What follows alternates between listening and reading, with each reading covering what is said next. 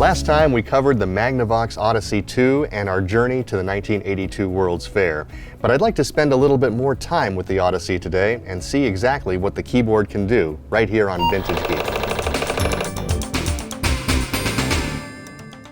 Just a quick reminder, if you like what you see today, please consider liking and subscribing. It helps us out a lot, and one of the things that helps us out the most is if you would consider becoming a Vintage Geek member.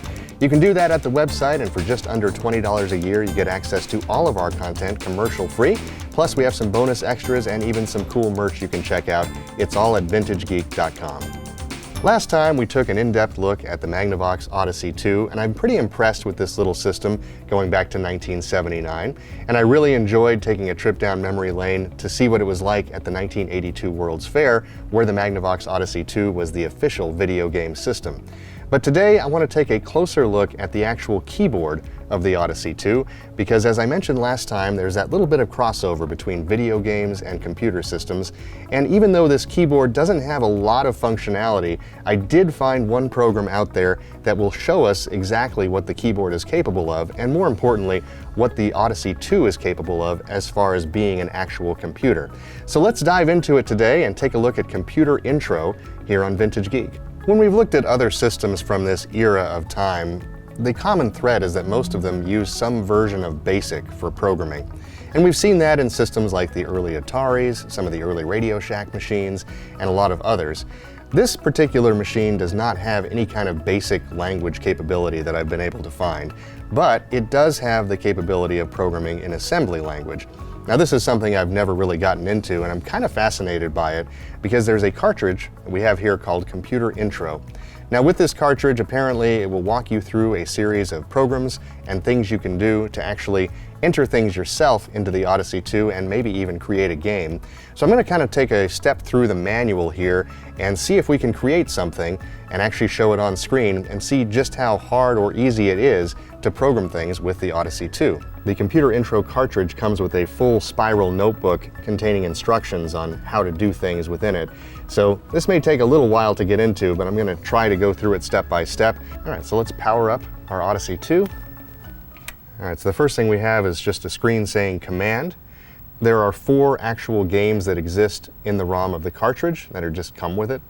So if we hit the number 2, we're going to get a flashcard edition game. Okay, so we got 9 plus 3, 12. Okay. Let's see how this works. As we talked about last time, there's no real feedback on this keyboard. Thankfully, the buttons don't beep like the Atari 400. Oh, interesting. It didn't accept when I put in the number 4, and I hit enter prematurely, and it did give me a no for, I guess, the incorrect answer, so that's interesting. I can assure you I do know what 0 plus 4 is.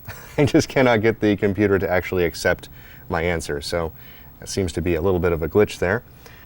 It does say in the book, if the number is less than 10, preface the number with a 0, which I was trying to do.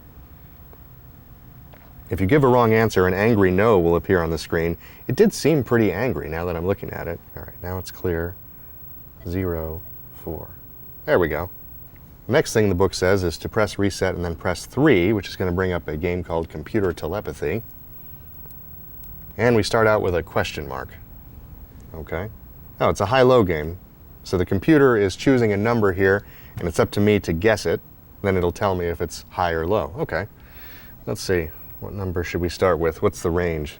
0 and 99. All right, so I'll start in the middle, about 45. Lower. Okay. About 25. Lower. 15. Lower still, huh? It's just telling me if the number is high or low.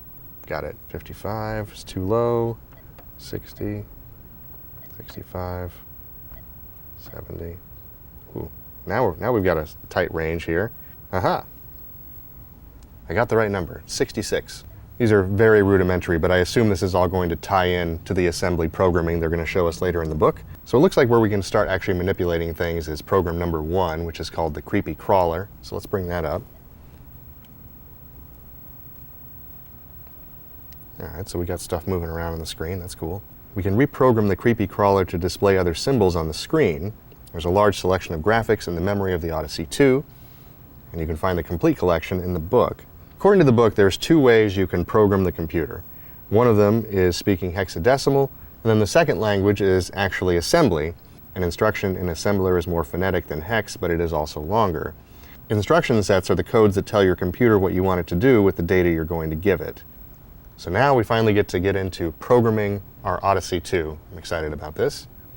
We see what Creepy Crawler is like, and we're going to make some modifications to see how we can change this. So we're going to turn it off. We got the command screen. It says if we hit the P key, hitting P is going to bring it into program mode. And then if we put in M, it's going to make it hex input. And then if I hit I, it's going to go to step 0. Now, I assume similar to the basic language, this is just going to have a series of numbers that represent each step in the code. And let's see what it wants us to do. So for 0, 0, we're going to press 60. Then we hit enter. So for 0, 1, they want 3A, which apparently is one of the electronic figures from the gallery of electronic art and symbols, which are stored in the actual generator of the system. So 3A is a little figure. It looks like there's some other symbols as well. We're going to put in 61 to load register 1.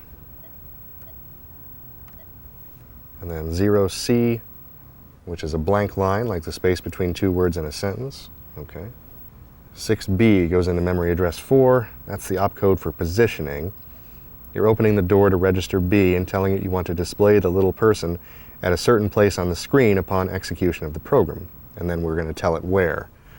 The next address is the actual position we want the person to start at on the screen. So if we put in 0, 0, it's going to start at the far left. C0 is going to actually bring the character to the screen. Then we'll do C1 to bring up the blank that we had saved in register 1. Oh, nice. Now we get into sound effects. 05 in this address is going to be telling the computer that we want to hear a 1-second buzz. 08 is going to tell it that we want it to come up with an unlimited sequence of random numbers. Now we're going to put in BB. According to the book, this is to unpack one of the registers. This is the register we use to position the person on the screen.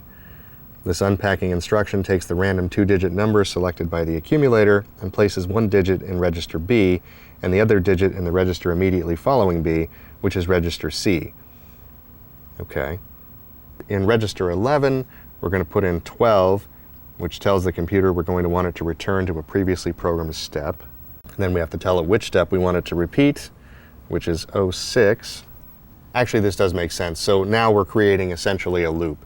So we're giving the person a position on the screen, then we're telling the code to go back and repeat part of the code that it had already used, presumably with these random numbers, which is going to make it move around on the screen, I think. Program step 13 appears. Press reset, the command is stored and you are back in the command mode. All right, now we're back to command, and if we hit E, we should be able to execute the program that we have created. Look at that. Little dudes just popping up around the screen. It's actually pretty cool. Now obviously we did all of this in hex mode, and we just programmed the registers directly with the hex commands. The second mode is the assembler option, and they're going to walk us through that as well in the book with a slightly different variation of this. So I'm going to walk through that really quick as well, just to see what it's like. All right, so if we turn the power off on the system, we're going to lose the program we've already put in, and we're going to start from scratch. We're going to do P, A for assembler, and then I for input. Similarly, we've got the 0, 0 here. So we've got LDV dot 2 dot 1 3. Enter. We're going to continue entering this in assembler until you get to program step 13. And then at that step, we begin entering a variety of symbols in hex. And then they actually have a breakdown of all of the steps and what they do. So I'm going to go ahead and enter this now.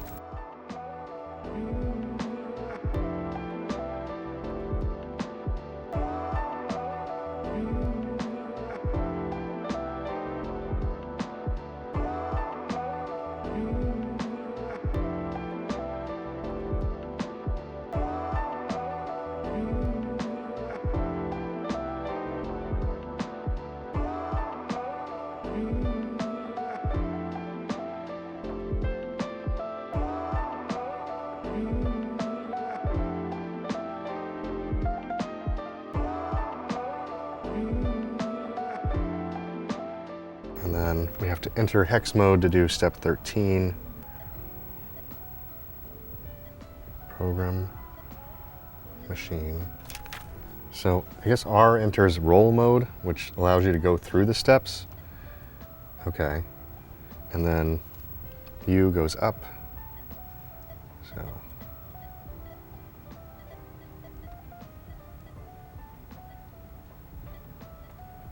And then by hitting clear, you go from roll to program. Okay. So we should be able to change this to 32. Now we should be able to put in the hex addresses.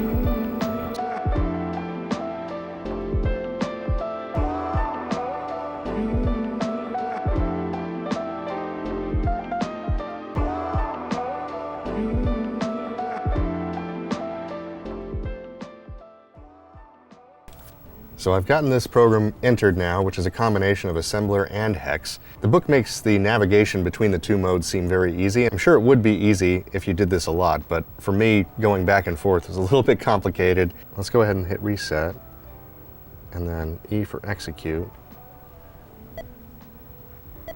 Ah, look at that. Now we got all sorts of different symbols and little dudes on the screen.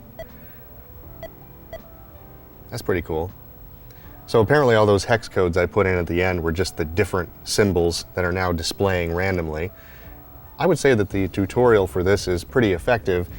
The overall ease of use is not for the faint of heart. I would say that someone back in 1979, this would be really, really wild to even do any of this. Some obvious limitations to this.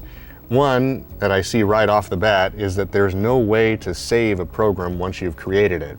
So unlike the Odyssey 2 game cartridges that you can store on your shelf and be able to put in the system, if you did create some kind of a game for the Odyssey 2, you would have no way of storing it and bringing it back because there's no external peripheral for the system that would allow you to do that. I'm glad that we have this cartridge, and I'm glad we were able to see that you can actually use the keyboard to do something other than entering a high score, and I'm glad we got to cover this today on Vintage Geek. Now that I've stretched my brain for the day and attempted some programming on the Odyssey 2, I'd like something a little bit more fun and relaxing, so I wanted to try out this pinball game that they had for the Odyssey 2 called Thunderball. According to the box, it is a wildly realistic pinball game for the Odyssey 2, so I'm really excited to try this out and try my hand at Thunderball. Looks like for game options, if I hit 1, it's going to put us into one-player mode, so I will try that out. There we go.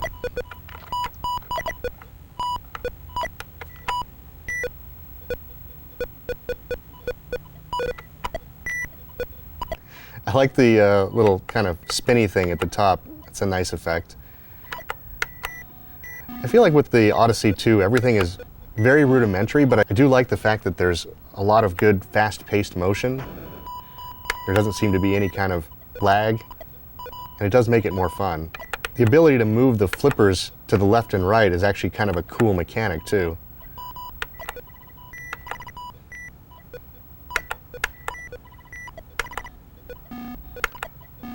Now granted, there's no individual controls for using the left or the right flipper.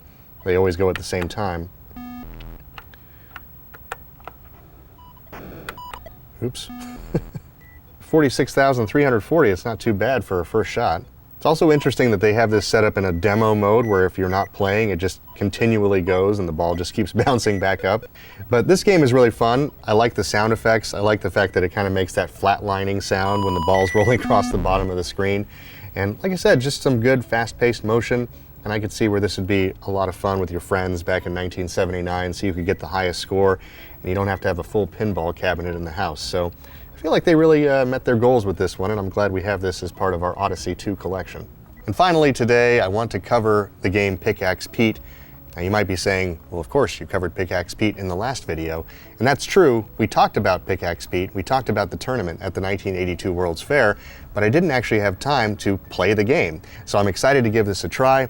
I do not have any aspirations of meeting the 99.99 top score that George was able to accomplish on this game back in 1982, but I'm hoping that I can make some progress and really get some gold here in Pickaxe Pete with the Odyssey 2. Now I know George said that map 6 was where it's at for this game, but I'm going to start with 1 just to see what it's like.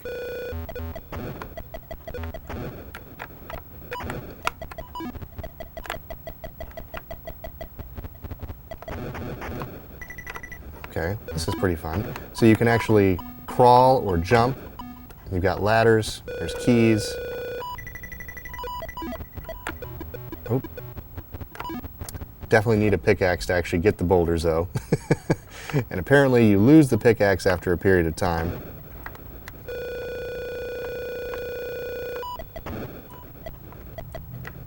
The doors spin you around unless you actually have the key.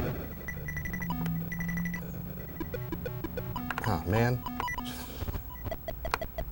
I'm glad I got that key after I died. So far I've got 23 points as my high score. I only have like 9,000 to go. I have the key. I just need to get up to the door. Come on. Hey, I got through a door. That's going to conclude our look at the Magnavox Odyssey 2. I'm really glad we got to try a few things out with the system, and really glad that we got to talk to George in our last video about the experiences at the 1982 World's Fair. As I mentioned before, we are opening a new exhibit in 2025 for the Vintage Geek Museum that we're going to be covering a lot of the specifics from the 1982 World's Fair, including the Magnavox Odyssey 2. So please stay tuned as we will give you more info as that exhibit opens, and you'll get your chance to play Pickaxe Pete and hopefully do a lot better job than I did. If you like vintage technology and things like the Magnavox Odyssey 2, I would encourage you to like and subscribe. It helps us a lot as we grow our channel, and one of the things that helps us out the most is if you would consider becoming a Vintage Geek member. You can do that at the website, and for just under $20 a year, you get access to all of our video content commercial free. We have some bonus code snippets, and we have some cool merch to check out as well. It's all at vintagegeek.com. Until next time, I'm Aaron, and this has been Vintage Geek.